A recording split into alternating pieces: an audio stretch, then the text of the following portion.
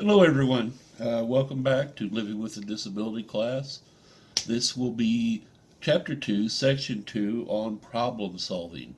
In the last session we learned about doing pro and con lists to try to figure out how to use your pros to overcome your cons. So learn how that there's a solution for almost every problem out there. And that's what we're kind of going to look at again today. And we're also going to be looking at a few other things. Today we're going to be talking about problem solving continued. Uh, Here we go. And welcome and thanks. And if you haven't seen prior videos, please slip back and catch those. Please subscribe and like this channel. There's a little bell over there. If you click that little bell, you'll get notifications of when these videos come up. I'm going to try to get a little more consistent about doing them. I've been so busy setting up web pages and working on the other channels and stuff also. Uh, and plus bouncing back and forth to the doctor and all that good stuff. Okay, well, I'll get rid of these glasses because I don't think I'm going to need them for a moment. Uh, First thing I want to talk about is that every problem out there has a solution, and many times more than one solution. So that's what I was talking about last session. When you're bouncing up against the wall, take a step back and look around. There may be an open door next to you. That seems to be a major problem with a lot of us. A lot of us as in humans, we get a set of blinders on ourselves and we think that we only have one way out. And that's kind of what I've seen a lot of times because I've worked a lot. When I was in police work, I worked a lot around suicidal people, and that's exactly what happens with them, is they get to the point that they don't see any other answers. So, and then it's easier to mark yourself off after that. That's a shame. I mean, it's a horrible thing. So just keep looking around till you find a solution. They're there. There's usually, like I said, more than one.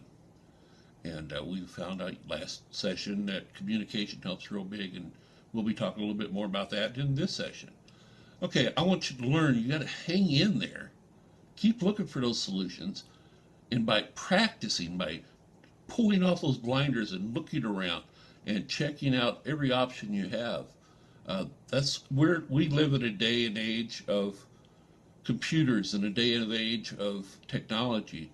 There's all kinds of answers out there. When somebody says Google it, they kind of aren't kidding, because most things that you need to find, you can find with Google or other search engines out there. So, you know, you can look things up and find different ways of getting around problems. That helps. Uh, by doing that, you're communicating with technology, and you're bringing that information to yourself. I mean, some of us don't have accessibility to computers. Some of us don't have accessibility to smartphones or things like that that we can use. Or also, some of us may not have the physical ability to operate a computer. Uh, one of my old clients, or not clients, customers, when I worked at Walmart, uh, they come in over on the overnights a lot because he was quadriplegic in a wheelchair, and they would come in to do their grocery shopping at night when there wasn't a ton of people around, and they were looking for something for him to communicate with a little better. To He loves to read, and I told him about the Kindle app that you can put on your computer or your tablets and things like that, and you can operate that thing with just a very slight touch. So if he can move at all, there's a little slight touch that he can do it, or he can do it with his nose, or whatever it takes. A stylus in his mouth, he can turn a page by touching the screen.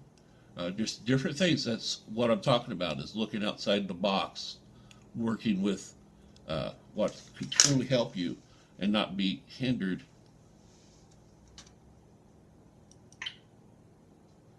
and not being hindered. I shut the other camera off by accident. I had to turn it back on. Not be hindered by just everyday things. You need to look around. And what happens is, sooner or later, you're going to build up by practicing looking outside of the box. You're going to gain experience, and you're going to be more worldly. You're going to know a little bit more about how to go around to get what you need done. That's what I've had to learn to do over the years, and it's not a bad thing. All right, let's see what else is on my list. Look at problems as something worth solving. Don't get to the point where you have an issue and you just give up on it.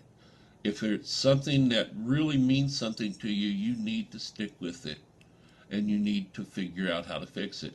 It's just like a health problem. Uh, if you've got an infection and you neglect that infection, sooner or later it's going to take you out.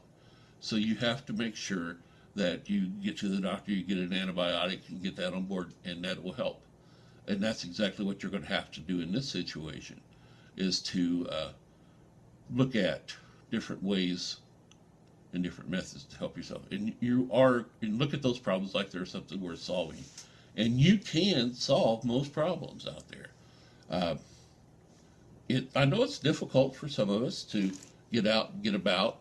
I mean, in my wheelchair, I'm very limited by some environmental things, and I know it's tough. But you know what? When you really try hard, and you just refuse to give up, that's the main thing. You just have to refuse to give up. All right, and then keep persistent in your trying. I'm gonna get a drink because my mouth's getting real dry. Medication I take dries my mouth out so bad. I apologize.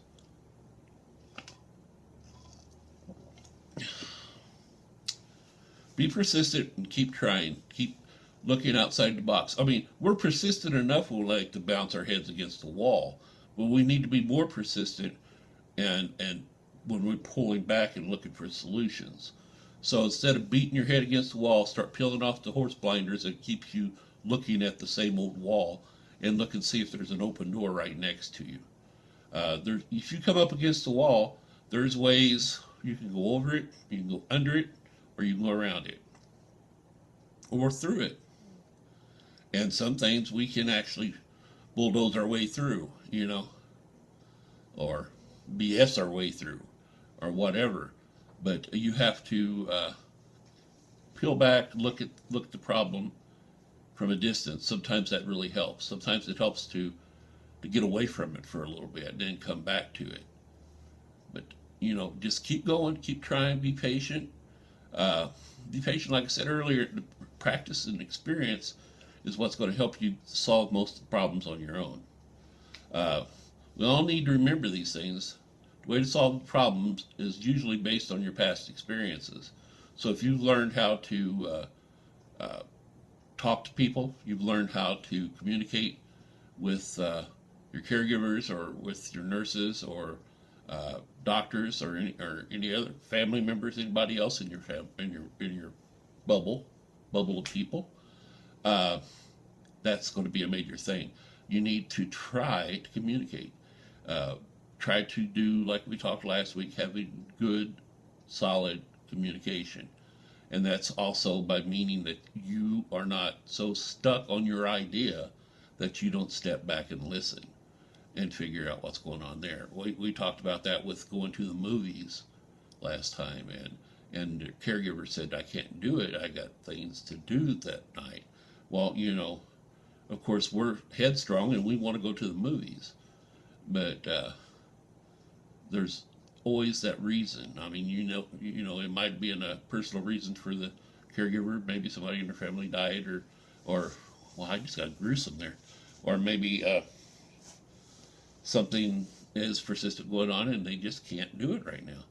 So, but just so think about what's going on around you, but still be persistent in your need to do things and be outspoken about your stuff. I'm not saying throw a fit, because throwing a fit will basically, anytime somebody throws a fit around me, and I used to be a caregiver, anytime that people throw a fit around me, I understood their communication so much less. I'm not going to say I shut down. Some people do totally shut down as soon as somebody gets combative or verbally abusive or they perceive you to be that way. Sometimes it's nothing like that. You're just perceived to be that way. So you sometimes you just got to take a step back and listen and and understand that everybody else has lives too. I mean that's a tough thing when you're in a condition that you when you're in a compromised position like we are sometimes. Okay, how we think about ourselves it will often affect how we approach problems. That's a very good point. Why you could underline that one, I think. Yeah, how we think about ourselves. If you think that you don't deserve something in life, then you won't ask for it. Uh, or if you think that you don't deserve life at all, you don't ask for life to happen around you. Uh, there are many, many things you can do to get help, and you just need to just keep stabbing at it. Wow, we're at 11 minutes already.